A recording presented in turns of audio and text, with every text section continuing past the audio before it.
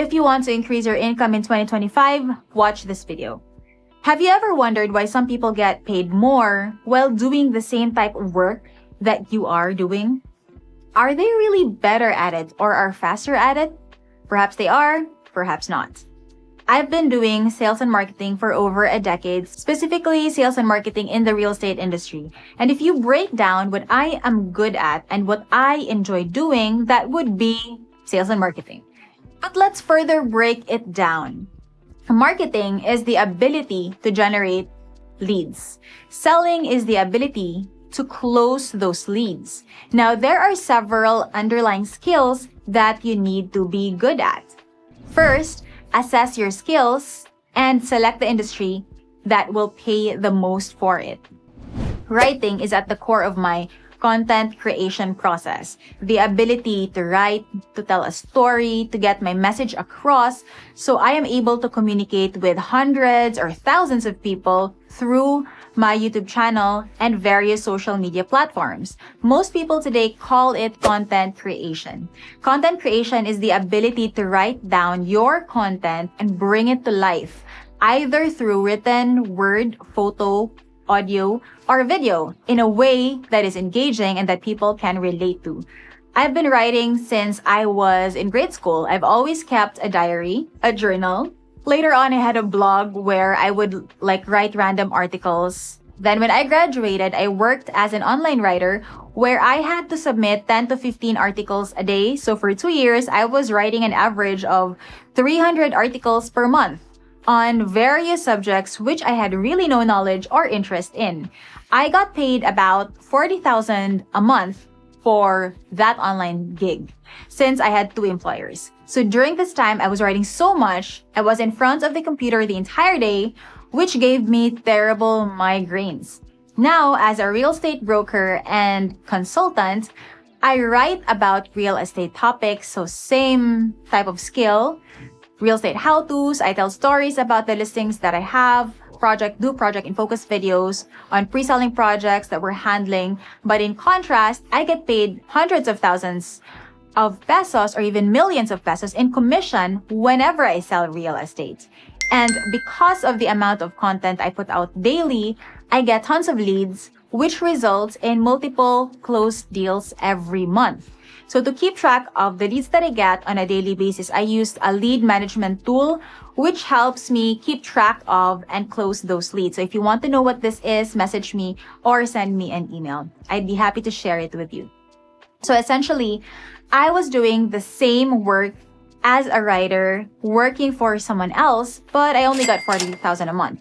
Now, as a real estate broker and entrepreneur, for the same type of work, similar type of work, I get paid, let's say 400,000 a month or more, since there's no limit when it comes to sales. So my point is, if you want to earn more in the coming years, you need to assess what your skills are and select the industry that will pay the most for it. Another example is someone who is selling t-shirts online for 300 pesos each, and let's say you get 100 peso profit per shirt. Let's say you sold 100 shirts, that would give you a profit of 10,000 for the day.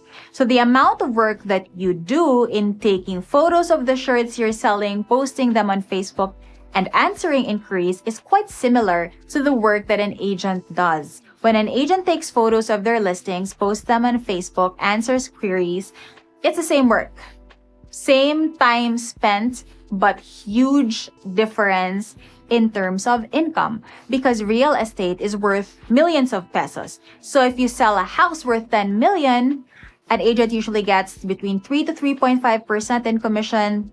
That's about 300,000. So 10K versus 300,000, you do the math. It's 30 times more by selling real estate compared to selling other types of goods. Of course, if selling t-shirts is your passion and you have the distribution system in place, then by all means, go for it. I am just saying that the industry that you are in matters. All industries are not created equal. Some industries give you pennies, while others can give you millions for the same effort. For example, another high-income industry is investment banking.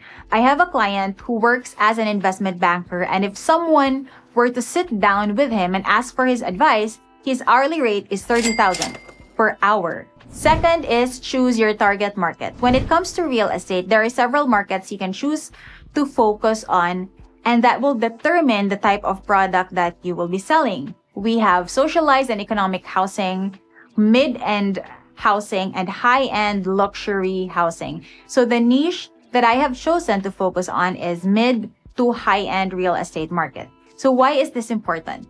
Once it is clear to you who your target clients are, you can then build a buyer persona that will fit your message. Defining a target market allows you to focus your marketing efforts and resources on your target market instead of trying to appeal to everyone. You can tailor fit your message to resonate with the specific group that you're targeting, thereby increasing your efficiency. What is a buyer persona? A buyer persona is a detailed representation of your ideal customer. Creating a buyer persona helps you craft messages that speak directly to their needs, their desires, and pain points. For example, 3 of my top clients are OFWs, foreigners, or expats, and business owners based locally or in other cities in the Philippines. So I have created 3 buyer personas to represent each market segment. Let me introduce to you the buyer persona I've created for the OFW segment. Meet John. John is married. He is 45 years old with 2 kids in high school. He is a nurse working in the US and he's looking for an investment in the Philippines. His family is from Cebu, so he goes to visit them about once a year. Now he is looking for a pre-selling condo in Cebu, so his family will have a place to stay whenever they visit. And since they're based in the US, most of the time they can rent it out whenever they're not using it.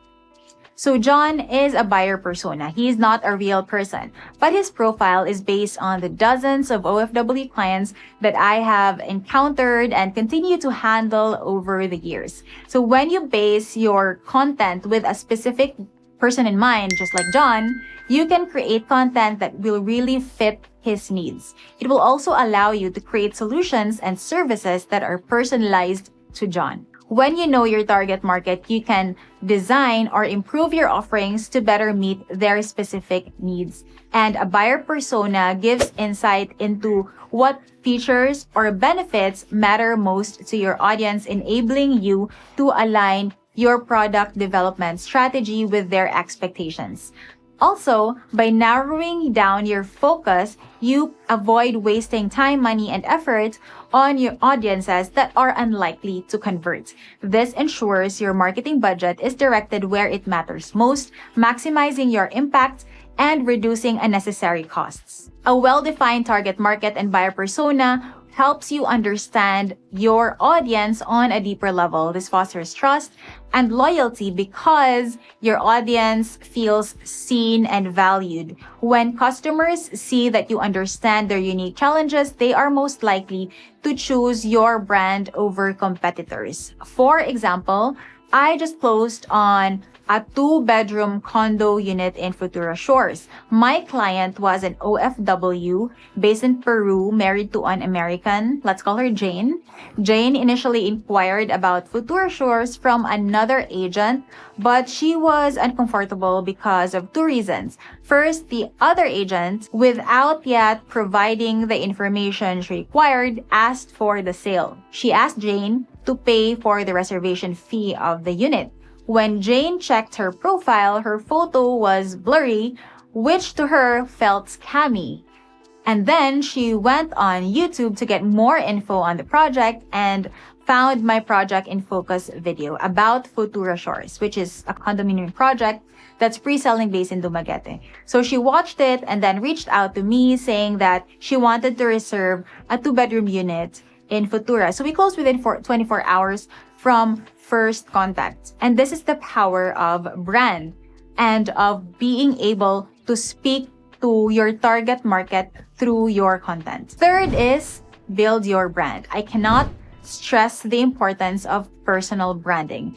In the olden days, brand was called reputation. It is what other people know you for. Now, with the advent of marketing and content creation, it's called brand. A brand is more than just a logo, a name, or a slogan. It is the overall identity and perception of a business, a product, or of an individual in the minds of its audience. A brand represents the emotion, experiences, and expectations associated with what it offers. It is how customers recognize, remember, and connect with a business or person. So what comes to mind when people think of the Zeta Group? When it comes to our brand, we want people to think of our brand as trustworthy, professional, and the ultimate real estate resource in the Philippines. And we then create content around this brand identity so that when you want to invest in real estate in the Philippines or just want to know the process in doing so, then you will come to us. There are two main benefits of building brand. First is recognition. A strong brand helps a business stand out in a crowded market by making it memorable and distinguishable from competitors. There are so many agents in the Philippines. Building brand will help you stand out and let your clients remember you. A well-established brand builds trust with its audience, leading to long-term customer loyalty and advocacy. For example, Jane, who reserved a two-bedroom unit in Futura Shores, did so because of the brand that I've built over a decade. When you have tons of content online, you build up a massive digital footprint, and that has value. A recognizable and trusted brand can increase the overall value of a business, attract new customers, and command premium pricing. Because brand creates leverage. People will tend to trust you because they've seen your content online or have been watching it for years. A brand is not just what you say about yourself, it's how your customers perceive it. Effective branding requires a clear understanding of the audience, consistent identity, and delivering on the promises to build trust and recognition over time. And this perception is shaped by the content that you put out on a regular basis. Focus on creating meaningful connections and delivering consistent value over time. A strong brand isn't built overnight. It is the result of sustained effort, authenticity, and patience. Brands take years to build, but can last forever. So again, the 3 powerful ways to maximize your skills and boost your income this year are: first, assess your skills and select the industry that will pay the most for it. Second, choose your target market. Third, build your brand. Let me know which one you've tried and how it has worked out for you. I will see you in the next video.